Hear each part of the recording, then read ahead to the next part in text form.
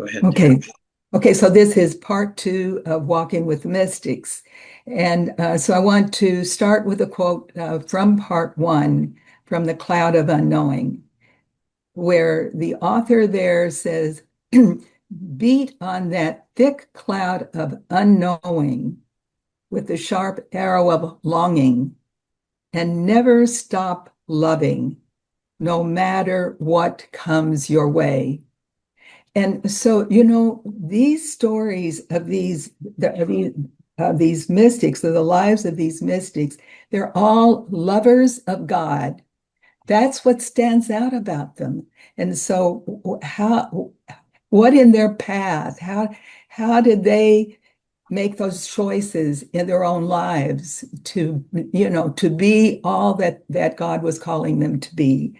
And they were ordinary people. Like Joe has said that at different times. These were ordinary people, but making some extraordinary choices in their lives.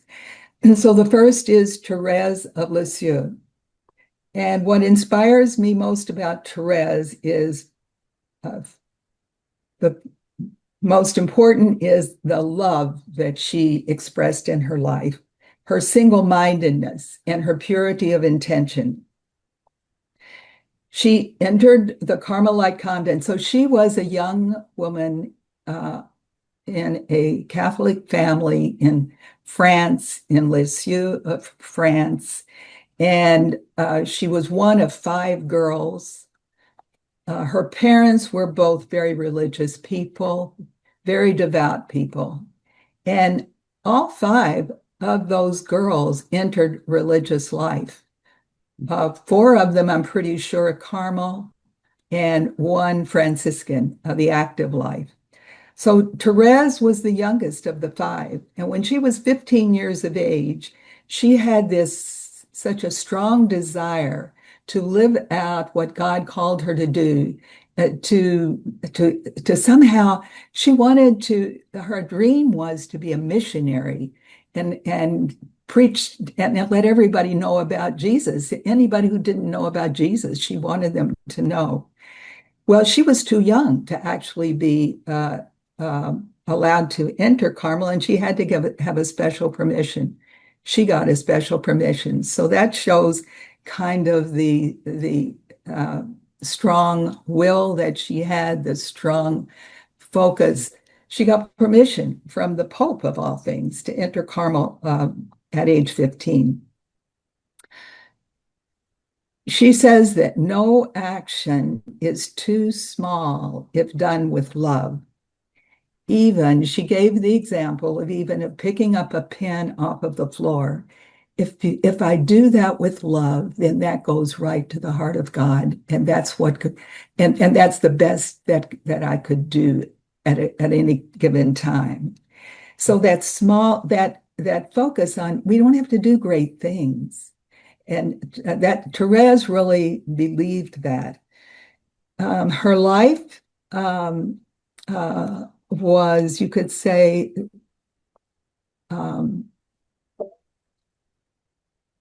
not certainly that was a public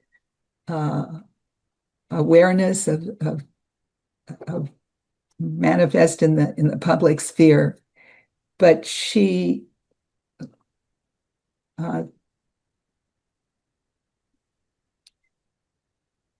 was able to stay faithful to that desire that she had of putting love into everything. One of the things she encountered in her life was some sickness, quite a bit of sickness, where she had to be in bed. And each thing she really accepted as a way of expressing her commitment to Jesus, really. And there was one example from her life that I always loved, that there was she was in the convent. And the convent, you would think, well, how challenging could that be? The convent is made up of human beings, and any religious group is. And so there was one of the sisters who was kind of a difficult character. You could have called her probably grumpy. And Therese really did not like to be around her. And so she became aware of that in herself, and she thought, well, how can I be like that? Be avoiding this sister. So she made it a point. She was going to go out of her way so that this sister felt she was loved. Well, in the end, this sister thought she was a best friend of Therese. That's how effective she was in overcoming her difficulty there. She also, so I said, she dreamt of being a missionary. She wanted to share the love of Jesus with those who had never seen him. And in her young life, she died young. She wasn't more than 30 years old, I don't think, when she died. The church in the long run has named her as patroness of missionaries, and she never left that convent in Lisieux. So that's all I'm going to say about Therese. Perfect. And I want to go to Teresa of Avila now. This is another Teresa. And this Teresa lived in the 16th century. And she's known when the church, when the people within the church history when talk about Teresa of Avila, they call her the Great Teresa. And she seemed to me, early on, I just felt like, she's just too much above me. I would not be able to really understand Teresa because she's praised in so many circles, and then at one point I had an opportunity to attend a workshop on her, and it was like a weekend workshop. So you can imagine I've got a few words to say about Teresa, and we could spend days in unpacking her life and her contributions. Um, so it's going to be very, very brief what I can share today. But that workshop that I attended opened my eyes to this beautiful Spanish woman. So Teresa was from Avila in Spain, and this beautiful Spanish woman who was passionate and fiery and who had a strong will. And she was a beautiful woman, too, it is said, reported.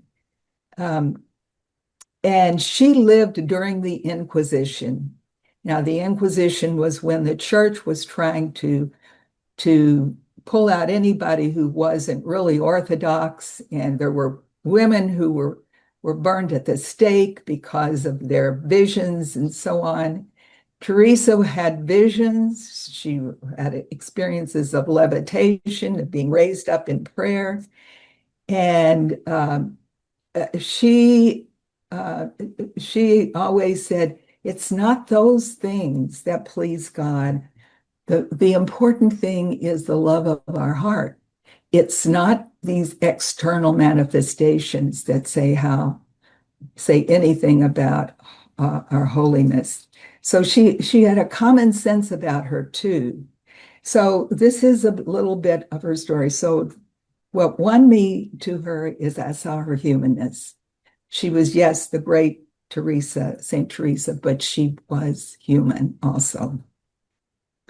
So as her story goes, she had been in Carmel for almost for years. She was almost 40 years old herself at the time, and she had spent half of her life fighting her own worst impulses. And she finally experienced some relief.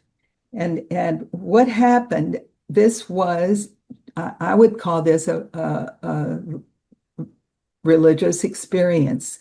She had gone into an oratory where someone had left a very moving image of the wounded Christ. And it was as if she had never seen such a thing before. And suddenly she was on the floor in a great flood of tears. And by the time she got up again, she felt more peace than she had felt in decades and was sure that God had infused her with strength. So with that experience, following that experience, then what she began to find also, it was a change in her prayer. And her prayer had been mostly, I would say, it was prayer that was based on imagination, the imaginative way, which is one of the ways that we can pray, where she would call up a passage, maybe from scripture or something from a book she had read, or sometimes just being in nature, a scene in nature. But she began to find that she was moved from any thought of those things. She said, but in this new way of praying was different and much less strenuous. She describes it this way: the mind wasn't working at all.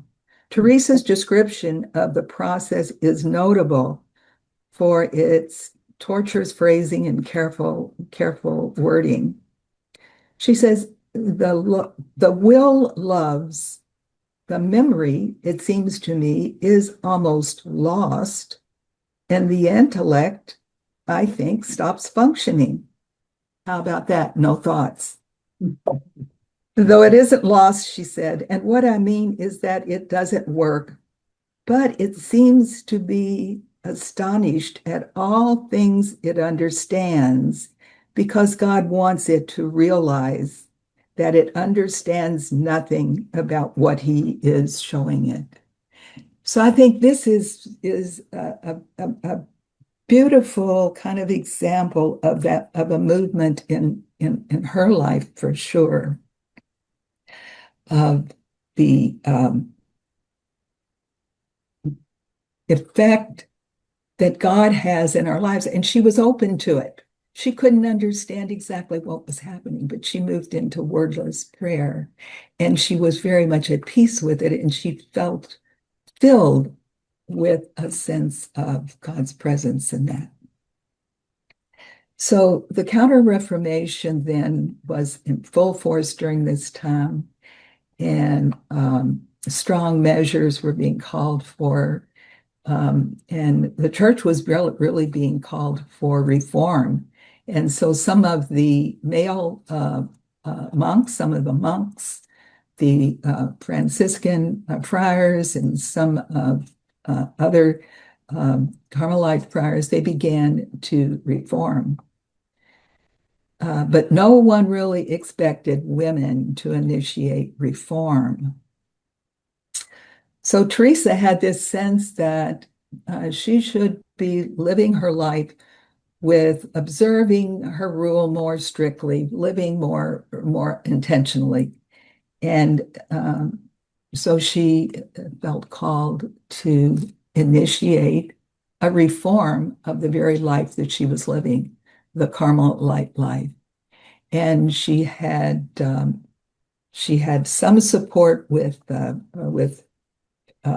friends in this effort, but it was something that she really had to use a lot of initiative in doing.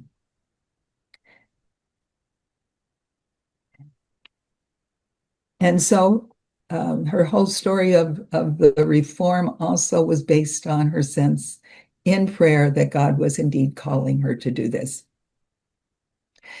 So she ended up founding 17 monasteries. She was in the mountainous part of Spain. Avila is up in the mountains. She walked to many of those foundations that she started.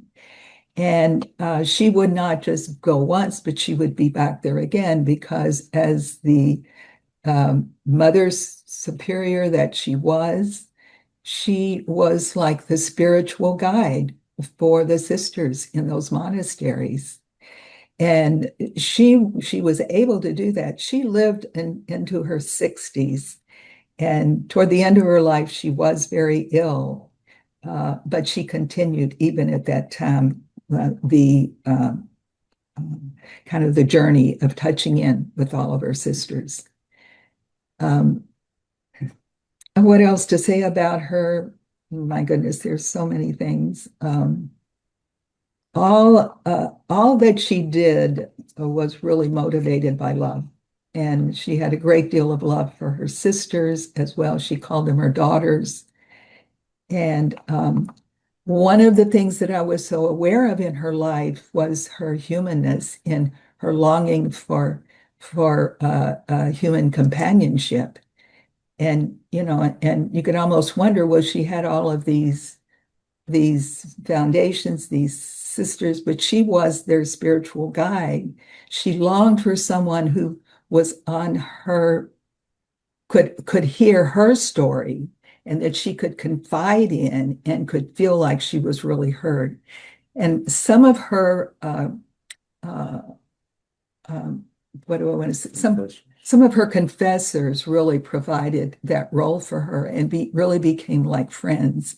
And she was so attached sometimes to uh, her confessors that if she hadn't heard from them for a while, she would write how lonely she was and that how could they leave me like this? I really need somebody to talk to, and where are they? And it was like, oh my gosh, I can get it with this woman. And she has this feeling that's just very real, very human. Um, and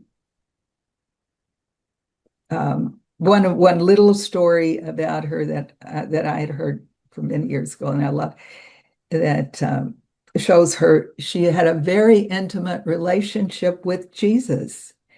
And after a request she had made and it hadn't succeeded, she said to him, "If this is the way you treat your friends, no wonder you have so few." Now that's for an intimacy with God. I mean, that's so with the Lord Jesus, with God.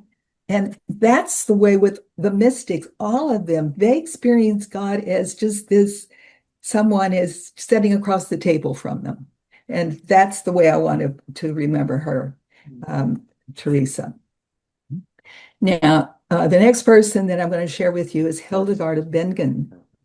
And Hildegard is one of these absolute geniuses, giants, gifted, unbelievable. She lived in the 12th century. Her years were 1098 to 1179. So she lived into her 70s. She was a Benedictine abbess. She in Germany, along the Rhine River, and the Rhine River is known for, in the tradition of spirituality, the Rhine River is actually, it's the valley of spirituality all along that Rhine River, back to Eckhart, Meister Eckhart himself. And so she's in that physical area of Germany.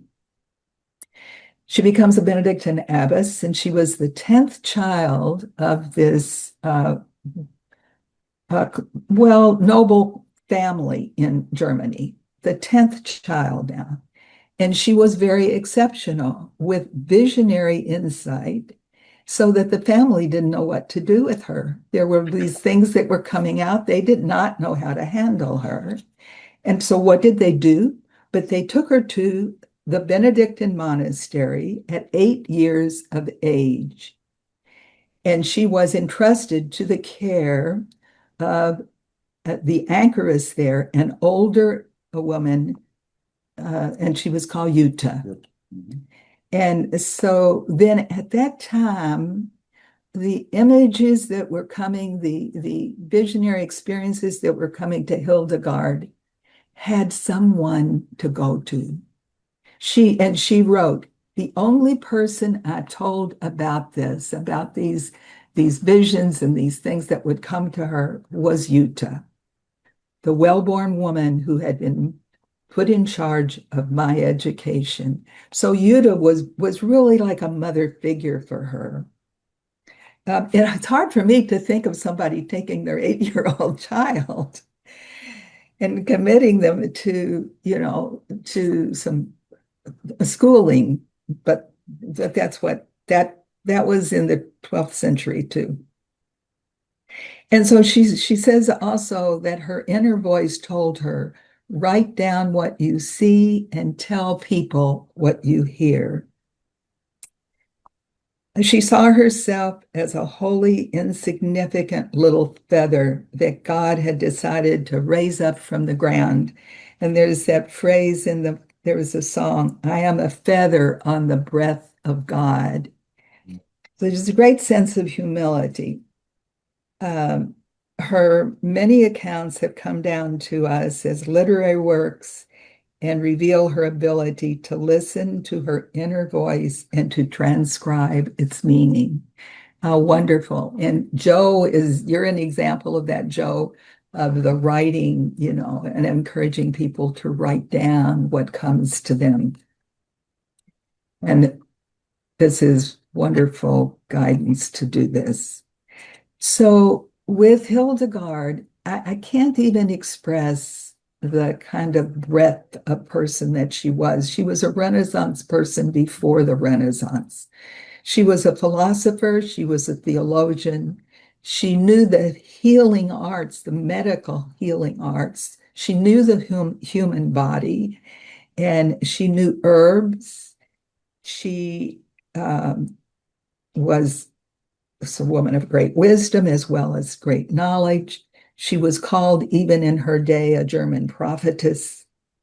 And some of the clerics called her the Sibyl on the Rhine River. The Sibyl on the Rhine, yeah, because she challenged them.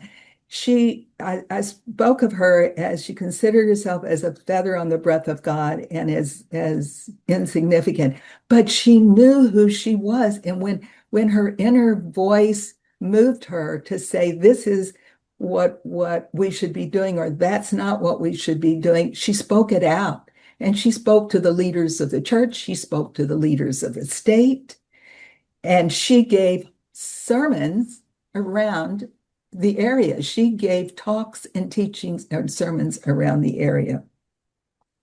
So, and one thing in her worldview that I want to share is she had a cosmic worldview. She even used the term cosmic Christ in her writings, which later was used by other mystics. But she saw everything as encompassing the divine energy and the love of God. She said every created thing is a manifestation of love because it came from love.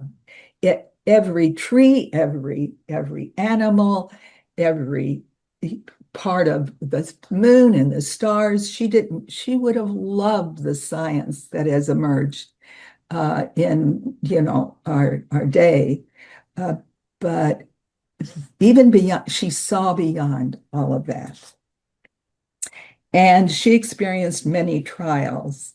The loss of a dear friend who was helping her record her writings, who was a young nun, and she was made abbess of another monastery, and was a great loss to Hildegard, and she writes of that. And so she was deeply saddened and struggled and grieved that loss. And there's one instance in the story of her life too. So she was in the one monastery. In those years, a monastery consisted of the monks, the men who were monks, and the women who were nuns. And so in the particular monastery she was in, a young monk had impregnated a novice, a young woman in her under her care. And Hildegard was so upset by this. She went to the abbot. She was the abbess of the women, and there was a male who was abbot of the men. She went to the abbot and said something needs to be done. And the abbot did not do anything to discipline the young monk. And she was so upset by that. And she felt that her sisters were in danger if she couldn't stand up for them. She rounded them up, found a new place for a new foundation, and they walked out of that monastery to her new foundation. Now, talk about chutzpah, talk about guts. I mean, this woman, that this woman was just a towering strength, and I love her.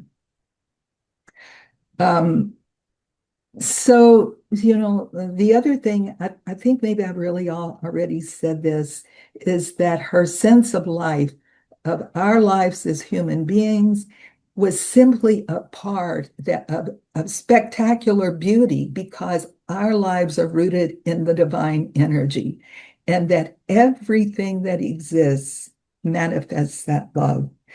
She says that all life originates in love. Love then is not only a beauteous form, but the elementary force which is expressed in all forms of life. So I think that is such a beautiful and amazing awareness that she had. This is just one little quote from her here. Receive these sermons. This is her writing. Receive these sermons and place them in your inner hearts. Do not refuse to listen to this warning, for I am the living and true witness of truth and the speaking and not being silent God. She claimed for herself that she was the witness of truth and that she was speaking. She was the not being silent God. How about that? And then this other quote too, there is no creation that does not have radiance, be it greenness or seed, blossom or beauty. It could not be creation without it. Okay? Oh, okay. So there was one other, maybe I won't share this at this point, but there's a wonderful Mary Oliver poem at the River Clarion that really expresses, I think I do. Okay, I'll send that in the notes. Okay. Yeah. Okay. So now I want to move on to Eddie. And again, there's so much to tell her story. And I'm going to do it in a few minutes. And so I can't do her justice, but I hope I can at least give her a little bit of notice here. So Eddie Heilsum is a young Jewish woman who was living in Amsterdam, and she was 27 years old when she started writing this diary.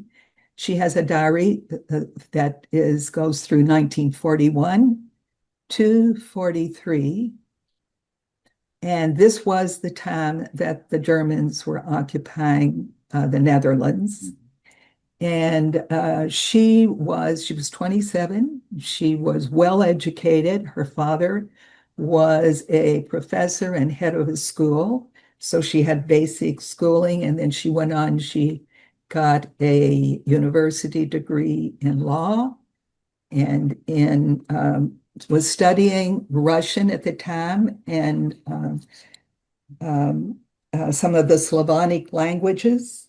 And she was also studying psychology. So she was, let me get my thoughts here straight of what I want to share here. So when she's writing this, she is in those years, which was right in the midst of the Second World War. She was living in a rooming house in Amsterdam, and she had a group of people in the house that she became friends with, and then she also had another circle, and it was the circle of Julius Speer. And Julius Speer was a psychologist who developed the psychology of palm prints, of reading handwriting. And so he was then sharing this, and he developed that, and he was sharing that, and there was a group of young people that he was teaching, and he Eddie became very close to him. She became his secretary, as it were, in helping with his work, and also his lover. And so that group was very important to her, and she does write about people in both groups. And it lets you, when you read her diary, you really get the sense of the person and that's what I would encourage you. So her diary is called, let me see, where's my book there? An Interrupted Life is what her diary is called, and it's really worth reading. Okay, so she became in Amsterdam, and she was then witnessing the Jews being uh, disempowered, uh, the rights taken away. She was working with some of the youth because she was concerned about young people, how young people could survive what was taking place for them and their families. And some of the young people were being sent off to this camp, Westerbork. And so when Eddie learned of that, she decided she could be more help if she was in that camp and could encourage them and be supportive of them there in that camp. And so she did. She voluntarily did that. Um, she decided to go with the trapped Jews in Westerbork. She did not want to escape the fate of the Jewish people. She believed that she could do justice to life only if she did not abandon those in danger, and if she used her strength to bring light into the life of others. Survivors from the camp have confirmed that Eddie was a luminous personality to the last. Okay, so um, her relationship with Spear, with Julius Spear, it became a catalyst for her of setting her on a path to which she first tried to give a name, where she says, on a constant search for the essential, the truly human, in dramatic opposition to the inhumanity around her. In the process, Eddie developed a religious sensibility which gives her writings an enormous spiritual dimension. The word God occurs early in her writings, and she wasn't part of any religious group. She was Jewish by culture, but she wasn't a practicing Jew. But she began to experience from her other friends some things that were very moving for her. And she writes at one place, when she addresses God, when I pray, she writes, I hold a silly, naive, or deadly serious dialogue with what is deepest in me, for which for convenience sake I call God. She's having this dialogue within herself, and she calls it God. She's so right. And that probably best expresses my feeling for life.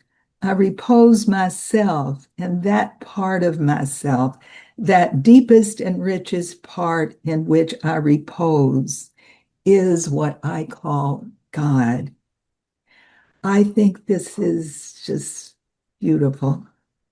And so she came to, there was a mysticism that she came to. And what she says mysticism, she says mysticism must rest on crystal clear honesty and can only come after things have been stripped down to their naked reality. So that's Eddie, you know? Yeah.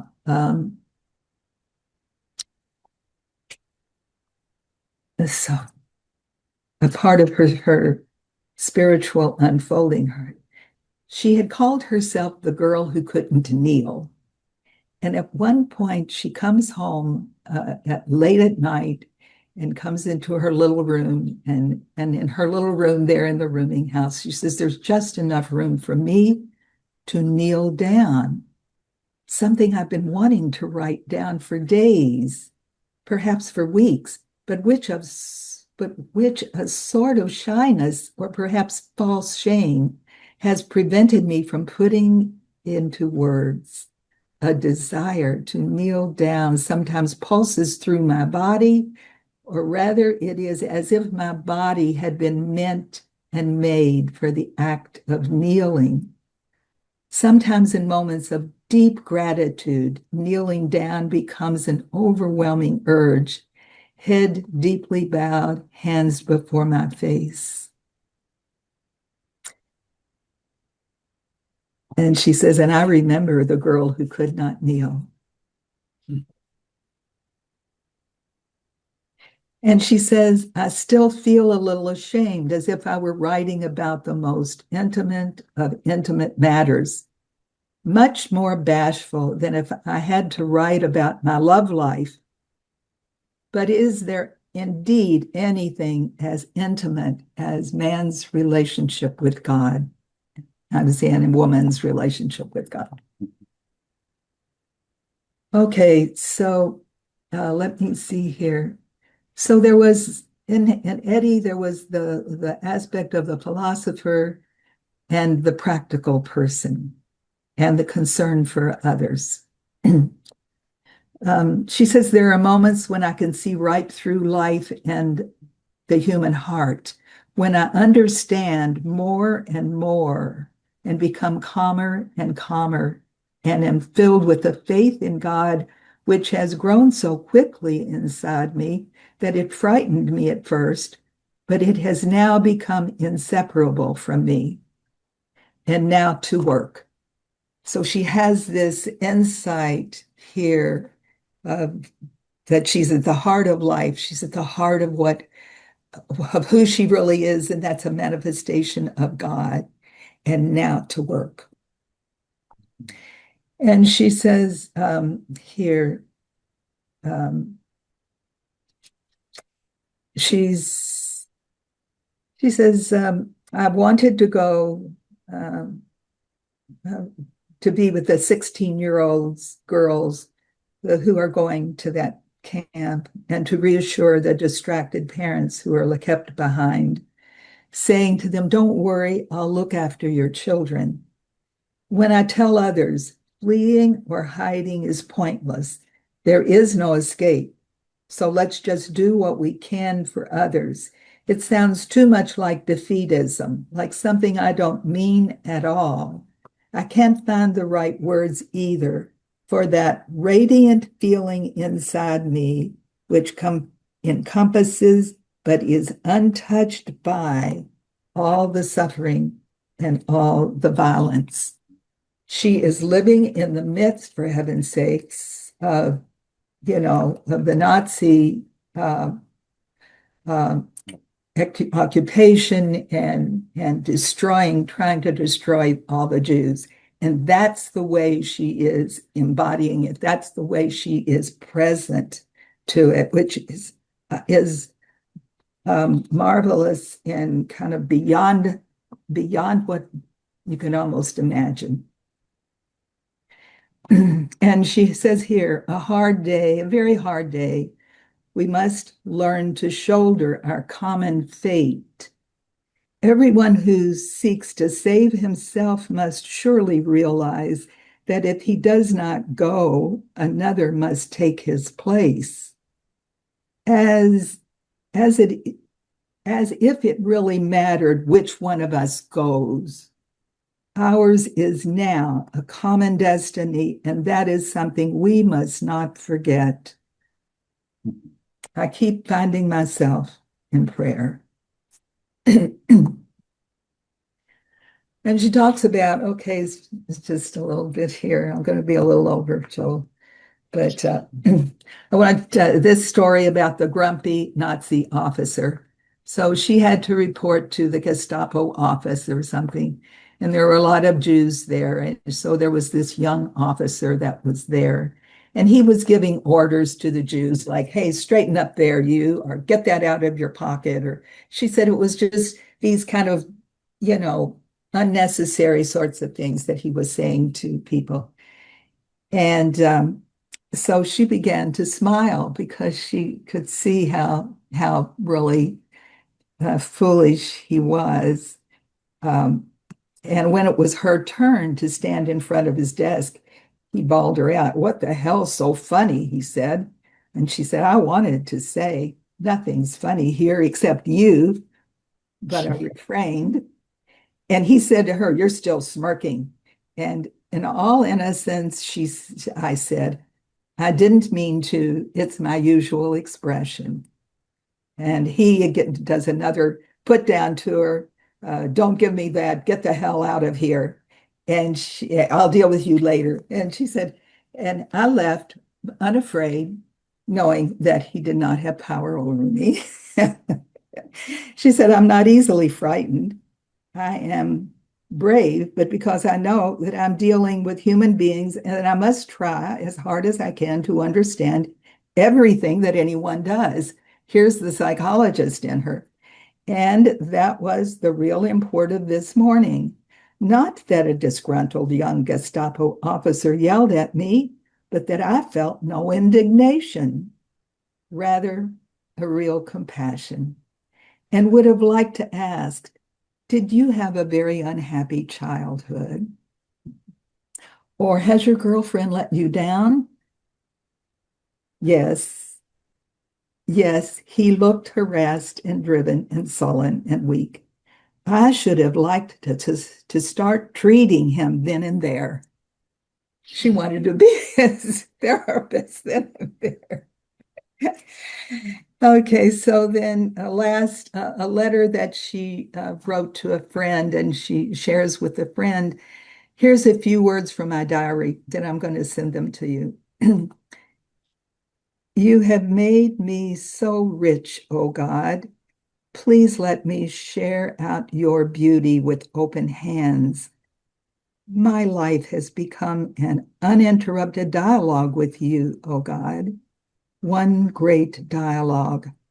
Sometimes when I stand in some corner of the camp, my feet planted on your earth, my eyes raised toward your heaven, tears sometimes run down my face, tears of deep emotion and gratitude.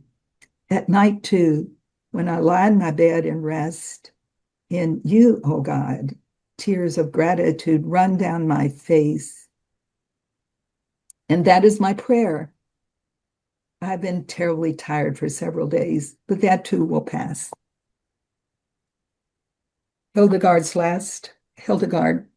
Eddie's last words in her diary were, we should be willing to act as balm for all wounds.